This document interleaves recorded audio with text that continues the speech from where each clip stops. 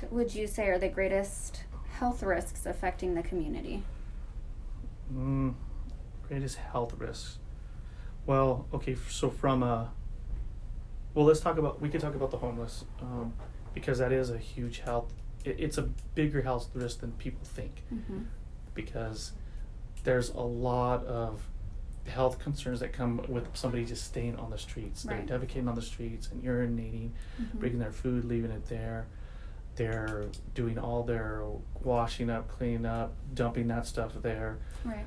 And it's just it's bigger than I think people really realize. They're starting to say, oh wow, this is actually a health concern. Right, because it's not just affecting them. Yeah, like you said, the defecation on the streets, that's actually could cause pollution to the water, and then people walking by, there's so many diseases like C. diff alone that they can contact. Exactly. Just from that. So Chris, you know how the lieutenant and I would go around and kind of handle the homeless. So we went and we just found a big encampment with like 7 tents and a big trailer with a bunch of stuff on it, and that's exactly what they were doing. And so it's a process to figure out who owns the property and who's responsible for cleaning up this mess. Not only just trash and objects that can, just like illegal dumping type stuff, but then you have the health hazard portion of it. Right. And that is more prevalent now than I've ever seen in our town. There's a lot of it, and they used to stay in the desert and not come in, but now you can go over here and see a big encampment. They were building the Taco Bell, and right across the street 2 tents went up. Oh, geez. Yeah, and so that makes them not want to build. No, so I told the workers, we went over there and we tried to find the person, couldn't. We went over there. He had me and Benny, me and Gilmore. He had like tea out there. He had a bucket for using the restroom. It was disgusting. Yeah. And so I told the worker who was sweeping, hey, if that guy comes back, let us know, please, so we can. So he ended up doing it for night shift, and we had to go clean that up. But right there in the middle of Main Street, now there's a big tent, a couple tents, So that's a huge thing, and for our little city, it's a lot. There's a lot of it going on. Do you think, I know this question isn't on there, but do you think for those that are homeless and going through, whether it's possibly spreading those diseases and all those things, are there resources out here for them? Like, I know for the veterans they have the VA, but are there clinics that they can go to? And I know you can't force them. Like health clinics? Yeah. Or like free clinics, things like that. Yeah. Well, there is now. There wasn't a free clinic, but sometimes the city would partner with someone who would set up a booth. We just did this, and I sent an officer, and it was just open. Anybody could come. Oh, okay, cool. But some people don't want to come. Right. Like your partner probably told you, he tries to get people to, and some people just love being homeless. But you talked a little bit about, this may be the influential portion of it, but the New Hope Village, I just did a presentation for New Hope Village where they collaborated with the city, and they got a grant to help the city combat homelessness. Okay. So we went and we contacted all of them to try to get them to look at services, either placing them, getting them health care, doing all those things, and there's money for it. Yeah. They didn't get very much support. They got just a couple people that wanted to take advantage of it, but some people did, which was good. But now, if our officers run into it, we have a 24-hour number that we could call. Okay.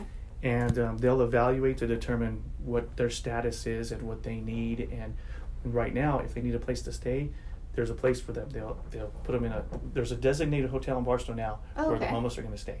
Yeah. For this grant until they can transition them to, further or long-term living.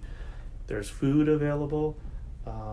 There is transportation money if they're stuck here and they're just here because they're trying to get someplace else. Mm-hmm. And there's a little caveat to that because we don't want to just dump them in another city. Right. We have to make contact with the city, the person that they're going to. We have to make sure that there is a person going to be there to receive them when they get there, a family member, friend, or something like that. Then we'll pay to put them on the bus to do that. So food, healthcare, lodging, and travel is all something that this new program, which just started, I did this 3 weeks ago. Is the date on this? No. I did this about 2 weeks ago. Okay. And this is just starting and developing through New Hope Village, which is a local nonprofit who is very influential in the city when it comes to homelessness. Yeah.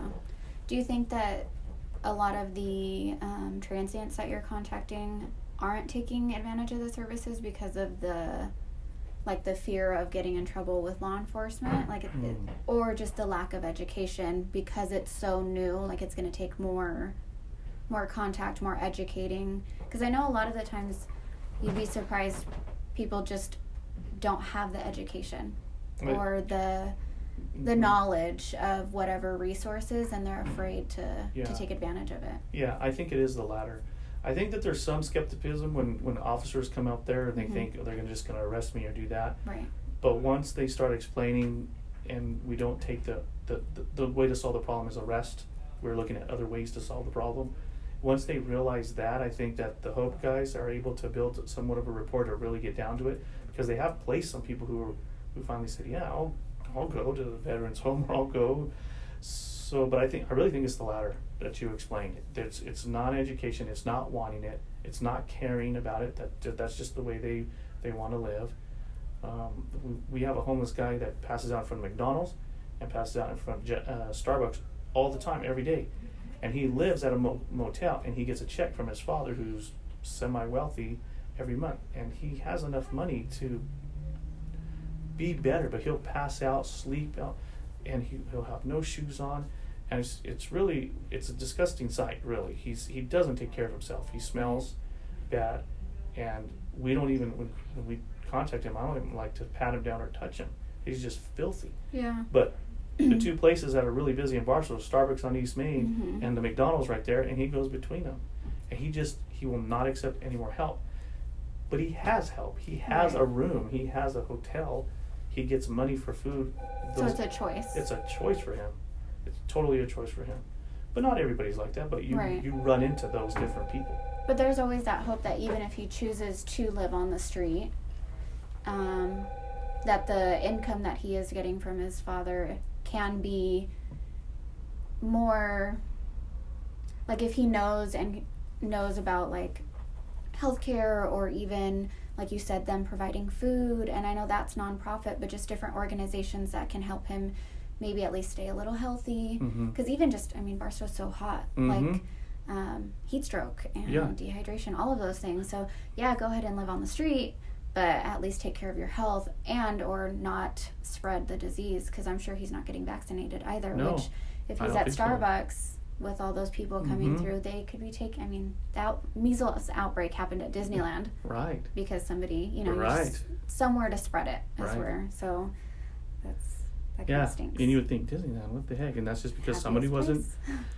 I was going to show you this, because this is another guy who wants to live this way, and this is the camp that I found out in the desert. And he's been in here, and he has been, look at all that stuff, and you can see the tent in the background.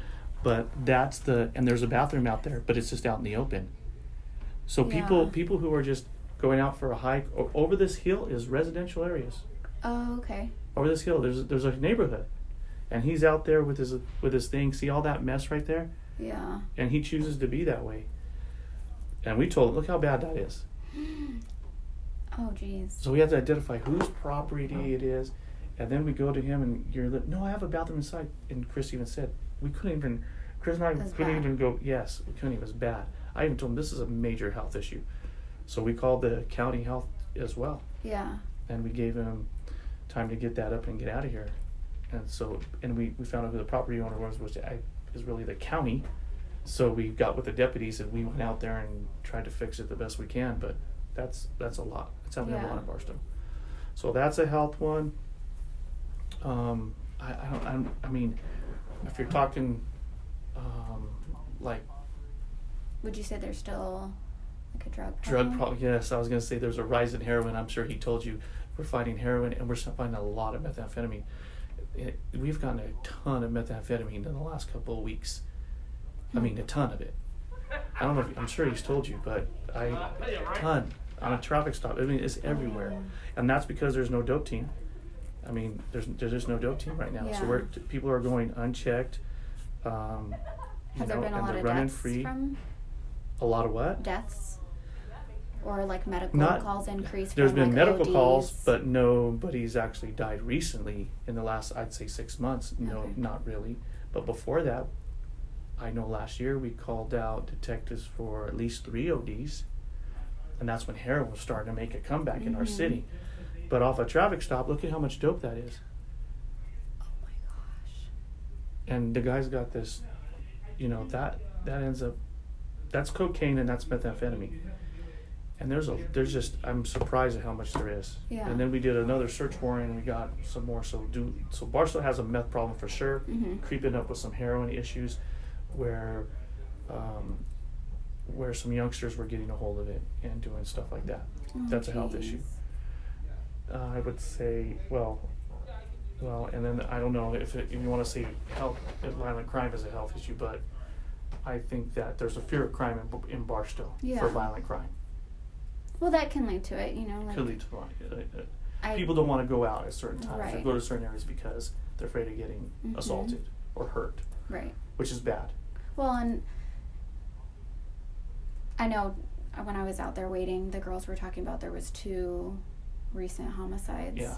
And, I know it's crime related, but it does lead to health, because if that continues, that's more people that are unfortunately dying Yeah. and afraid to come to the town, and then Exactly. that's where I see it you're as not going to have the income, you're not going to have the businesses, and then And they have to where are worry you about going to getting get hurt. resources like Right. this, and people aren't going to want to give back to the community for it to grow. Right. So that's kind of scary. So that's a big thing for me as from the police perspective Right. is to get more people. I don't want to read about how Barstow is a violent city. Don't go there. You're going to get assaulted.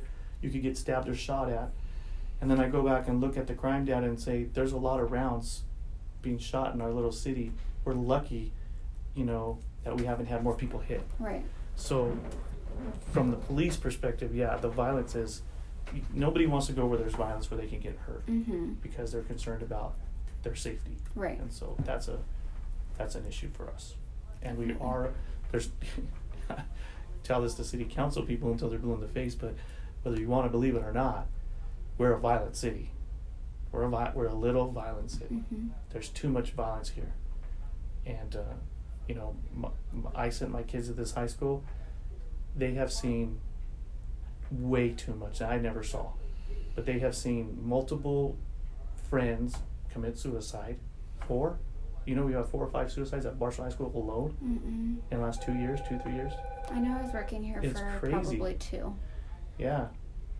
And all by, gunshot. Mm-hmm. And there was one Or hanging. I know the hanging Yes. one. I think I worked Just that one. just too much little violence in this little city. Right. So that's something that we need to work on. That's a goal of ours, is to reduce violent crime as much as we can. Yeah. Unfortunately, we're short, like and we're. Do you guys try to, I know it's hard because you are shorthanded, go out to the community, because education, I'm realizing, is so big, Mhm. and I know you can go out and tell somebody over and over and over the importance of, even if it's just simple, like homeless people and checking their feet because of diabetic issues, things like that. But when it comes to the bigger things with kids and the bullying and the suicide and Mhm. all those things like that, are you guys able to go out to the community? I know you do Coffee with the Cop and kind of put out that education, or let them know those resources are out there. We haven't done that in No. the community, but we have done it at the high school. Oh, okay. When they were having this rash of stuff, Mr. Dowling asked us to go be there when they had called some counselors for the law enforcement side, and so I sent two representatives from the PD to go over there, and we did Yeah. that on 2 or 3 occasions. And then, so we did that, but we didn't go out into the community and say this is a problem. But a lot of community members know that this is an issue, Yeah. and so they went to the Barstow High School with this Oh, this okay. thing that we did. Yeah. So we participated in that. It wasn't ours, but we participated in it. And then we try to do more things with the kids,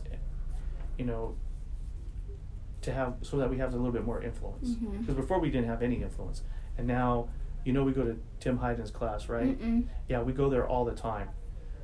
Probably once a month or once every month, we're going to his classes and we're talking. So they're hearing from police officers there. And right now, it's just his class. But anybody who asks, like me, Mm-hmm. can I have a presenter? I send somebody. Yeah. I send an officer, and we always talk about anti-bullying techniques, what you can do. If you need help and you're not feeling right state of mind, or you're feeling depressed or Mm-hmm. anything, we give them literature and avenues where they can go. And coming from police, it's Yeah. we're trying. Yeah. That's Well, the best thing we could do. I don't think people see what I mean? Like, health kind of ties into everything. You'd be surprised with, Yeah. even just crime related, because you think, I know because of your position, you think suicide's crime related, but that's a mental health issue. It is. And there's definitely not enough resources for being allocated for mental health. Right. Even kids, adults, Right. homeless, even the elderly, you know? Right. So. You're right. And that's a huge topic on its own, is that Mhm. mental health. What are we doing for that? And we realize, if you looked at Barstow and said that we've had that many suicides, you'd say something's wrong here. Mm-hmm. Something's wrong. And it's really not crime, but we respond and we work these cases. So whatever we can do to help reduce that in any way, we want to do that. Right. That's why I always send somebody, or I go myself, or I'll go if they ask me to go speak, or I'll do Yeah. that, or I'll make sure somebody's there. So at least we're trying. Right. But I think that we could do better with town hall meetings and doing stuff like that, which hopefully we're going to get to doing.